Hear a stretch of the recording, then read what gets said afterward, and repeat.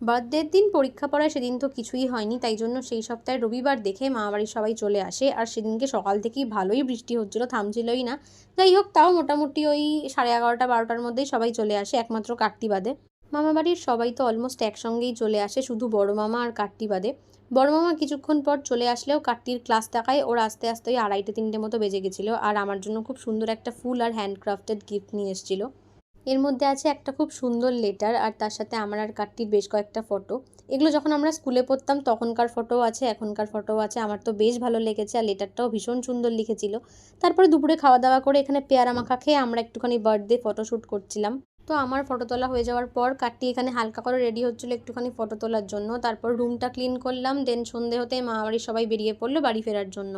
আর কাট্টির কদিন থাকার কথা ছিল, সেই জন্য আমরা দুজনে মিলে সবাইকে তুলে দিয়ে আসলাম অটোতে। তারপর ঠিক করলাম যে একটুখানি হেঁটে আসি, কারণ এখন ঘরে গিয়ে করবোই বা কী, তাই জন্য বেরিয়ে পড়েছিলাম। তো একটু হেঁটে চলে আসলাম বাড়ি। দেন কাট্টি বানিয়েছিল মশালা কোল্ড ড্রিঙ্ক, সেটা খেলাম। আর তারপর রাতে খাওয়া দাওয়া করে কাট্টি এখানে এক্সপায়ার হয়ে যাওয়া চকলেটগুলো খাওয়ার জন্য উঠে পড়ে লেগেছে। এই আর খাস না রে, খাস না কাটু, এক্সপায়ার করে। ভালো খেতে। আরে এক্সপায়ারি ডেট পার হয়ে গেছে তো। চকলেট খাওয়াই যায়।